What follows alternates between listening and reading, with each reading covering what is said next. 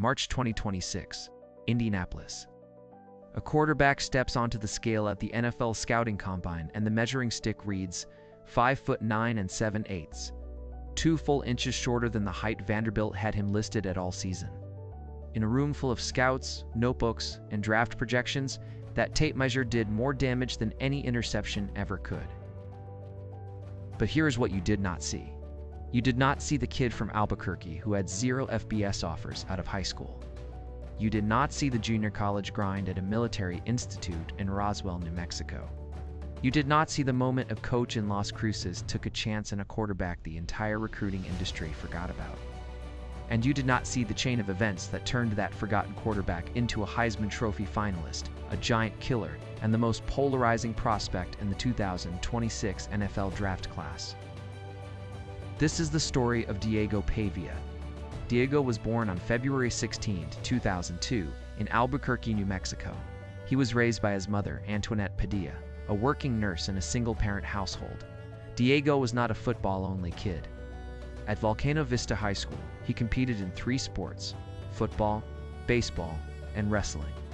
He won a state championship in wrestling at 195 pounds, and that toughness would define everything that came next. On the football field, Pavia led Volcano Vista to an undefeated 11-0 regular season as a senior. He threw for nearly 1,500 yards with 14 touchdowns and rushed for over 400 yards, solid numbers. But when the recruiting rankings came out, Diego Pavia had exactly 0 Division I FBS scholarship offers. 2 Division II programs offered him a spot. That was it. The reason? Everyone said the same thing. Too short, not prototypical, not enough arm. In a 2024 ESPN story, Pavia recalled, quote, "They were scared of my height. People like to focus on height, weight, and 40-yard dash times. I like to go off film," end quote. So Diego went to New Mexico Military Institute, NMMI, a junior college in Roswell, New Mexico, where the football program is a launching pad for players who are either overlooked or need a second chance. This is not the Power Four. There are no packed stadiums, no ESPN cameras on the sideline, just dusty practice fields and a whole lot of uncertainty. But Pavia thrived. Over 2 seasons at NMMI, he completed 189 of 323 passes for 2,644 yards and 31 touchdowns against only 4 interceptions. He also ran for over 1,100 yards and 15 touchdowns. And in 2021, his final season there, he led NMMI to the NJCAA National Football Championship, throwing 21 touchdowns with just 1 interception during the title run. He threw for 2 scores and ran for another in the championship game itself, a JPO national champion. Still no Power 4 offers. Pavia transferred to New Mexico State for the 2022 season. He joined a program coached by Jerry Kill, the former Minnesota head coach who had a reputation for rebuilding forgotten programs. In his first year, Pavia threw for 1,450 yards and 13 touchdowns while rushing for 58 yards and 6 more scores. He earned Quick Lane Bowl MVP honors after leading the Aggies to a win over Bowling Green.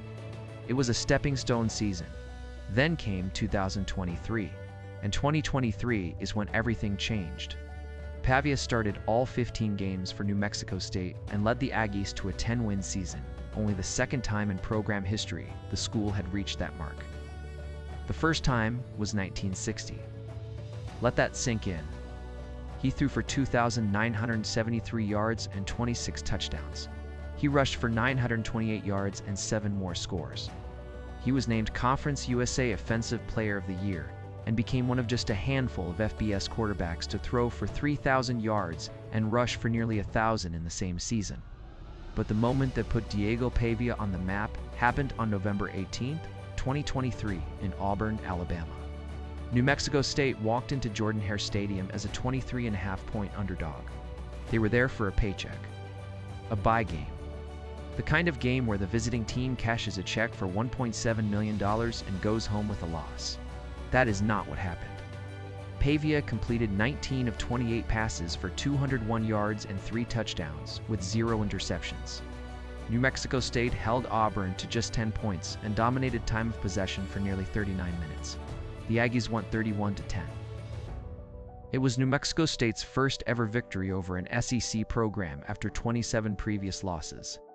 And there was one more detail that went viral. Early in the game, Pavia threw an interception that was called back for an Auburn offsides penalty. On the return, Pavia tracked down the cornerback who picked him off and body slammed him to the ground. State championship wrestler, remember? Coach Jerry Kill called it one of the greatest wins he had ever been a part of. And someone else was watching too. Vanderbilt head coach Clark Lea later said he watched that Auburn game 9 times. Here's where the story takes a turn. After the 2023 season, Kill stepped down at New Mexico State. Vanderbilt hired offensive coordinator Tim Beck from the Aggies staff. Then Kill himself came aboard as an advisor. And on January 18, 2024, Diego Pavia announced he was transferring to Vanderbilt, following the coaches who believed in him to Nashville. To understand what Pavia walked into, you have to understand what Vanderbilt was. The Commodores had gone 2-10 in 2023.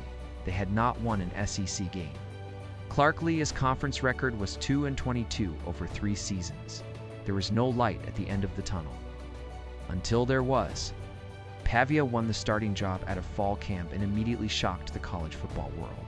In Week 1 of the 2024 season, Vanderbilt upset Virginia Tech 34-27 in overtime. Then on October 5, 2024, came the biggest upset of the entire season. Maybe one of the biggest in SEC history. Vanderbilt, a 22.5-point underdog, hosted number 1 Alabama. Pavia went 16 of 20 for 252 yards and 2 touchdowns with 0 interceptions. He added 56 rushing yards. Vanderbilt won 40-35. It was the first time in program history the Commodores had beaten an AP number 1 team. They had been 0-60 against top 5 opponents before that night. Fans stormed the field. They tore down the goalposts and carried them 2 miles down Broadway to throw them into the Cumberland River. Nick Saban had said earlier that season that Vanderbilt was the only place in the SEC that was not hard to play. After the upset, the stadium played that clip on the video board. Pavia finished the 2024 season with 2,293 passing yards, 20 touchdowns, just 4 interceptions, and 81 rushing yards. He was named SEC Newcomer of the Year and earned Birmingham Bowl MVP honors after a 5-touchdown performance. Vanderbilt went 7-6, their first winning season since 2012. But Pavia was not done. Through a landmark federal lawsuit against the NCAA, he won a preliminary injunction that allowed him to return for a rare 6th season of college football in 2025. And that 6th season was historic. In 2025, Pavia completed 70.6% of his passes for 3,539 yards and 29 touchdowns against 8 interceptions. He rushed for 862 yards and 10 touchdowns. He led the SEC in completion percentage, passing touchdowns, and yards per attempt. He set the Vanderbilt single-game passing record with 484 yards and 5 touchdowns against Kentucky. He became the first player in SEC history to record 4 consecutive games with over 400 yards of total offense. He led Vanderbilt to its first ever 10-win season. He beat Tennessee by 21 points in Knoxville, ending a 6-year losing streak to the Volunteers.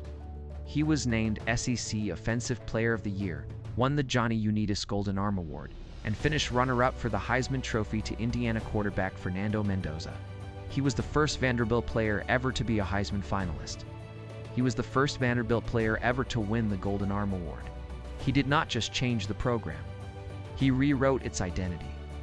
Now here is where the dream meets reality.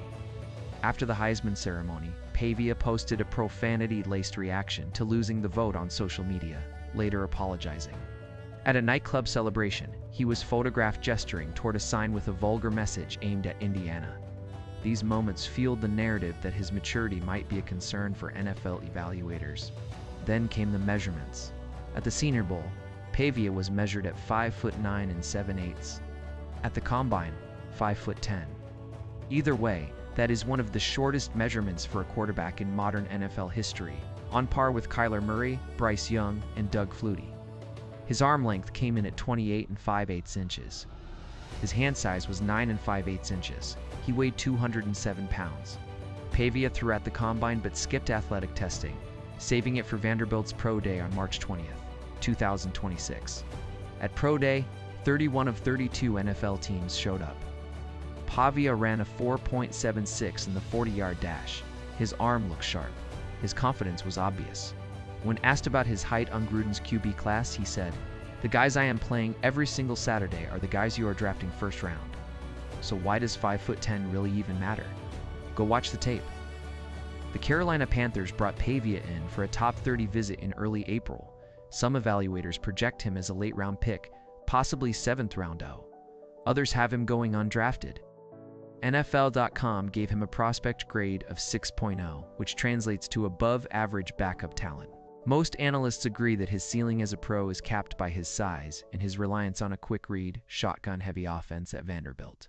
The math is simple. Every year, roughly 260 players get drafted. Maybe 8 to 12 of them are quarterbacks. At Pavia's height, the historical success rate is razor-thin. But here is what the measurements do not tell you. They do not tell you about a kid who won a JUCO national championship with almost no recruiting attention. They do not tell you about the quarterback who walked into Jordan-Hare Stadium and body-slammed an SEC cornerback after a play. They do not tell you about the guy who turned Vanderbilt into a ranked program for the first time in a decade and beat the #1 team in the country in his first SEC season.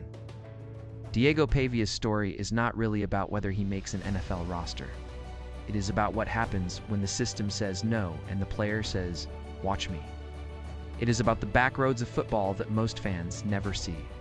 Junior college fields in Roswell, Conference USA road trips, transfer portals, and federal lawsuits. These are the paths that do not fit on a scouting card. The 2026 NFL Draft begins on April 23rd in Pittsburgh. When Diego Pavia's name is called, or when the phone rings as an undrafted free agent, it will not be the beginning of a story. It will just be the next chapter. If you made it this far, consider subscribing. We tell the stories that draft boards leave out. Hit the bell so you do not miss the next one.